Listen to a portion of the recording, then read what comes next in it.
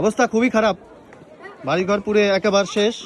টেকনাফের এই রোহিঙ্গা ক্যাম্প 16 সাময়িকভাবে তাঁবু দিয়ে তারা এখানে বাস করতেছে এখন।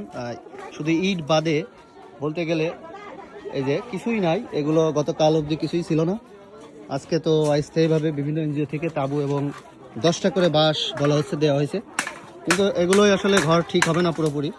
তারপরেও ওনারা বলতেছে যে এনজিও থেকে এটা ঠিক করে দিবে, হয়তোবা সেটা কিছুদিন টাইম লেগে যাবে। তো ততদিন ওনাদের একটু কষ্টই করা লাগবে, এই আর কি। সালাম আলাইকুম আঙ্কেল, কেমন আছেন? আশা তো খারাপ অবস্থায় আছেন, বুঝতেই পারছি, কষ্টই এখন। এনজিও থেকে কি তাঁবু আর কিছু বাঁশ দেওয়া হয়েছে মনে হয় আপাতত? গলে দিয়ে রসিও দিল দিয়ে। ও, তাই এই বাড়ি তো এনজিও থেকে ঠিক করে দিবে বলছে, কিন্তু সেটা কয়েকদিন টাইম লাগবে, ততদিন একটু কষ্ট হবে আপনাদের। আচ্ছা, তো এখন তো এর ভিতরেই থাকতে হচ্ছে। থাকবে।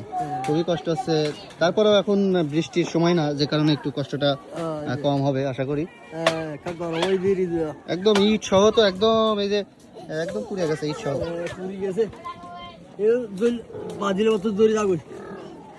আচ্ছা। যখন আগুন লাগে তখন আপনারা কোথায় ছিলেন? আগুন যখন এখানে লাগে আগুন ওদিকে তো লাগিয়ে আছে, প্রথমে ওইদিকে লাগে? প্রথমে ওদিকে লাগিয়েছে, আর ঘুমাইছে, ঘুমাইছিল। আর আমার বড় বড় জোতাই তো তারা তো ও তারা ভজা জোতাই তারা ফুম মারিল, হইতো ভাই দিয়া। এখন তো এমনি কোনো মানুষের ক্ষয়ক্ষতি হয়নি তো? আপনার সন্তানরা সব সুস্থ আছে? মানুষ বলা সুস্থ আছে। আচ্ছা, আপনার ছেলে মেয়ে কয়জন? ছেলে মেয়ে তো কোলাহলে বেগুনে 9 জন।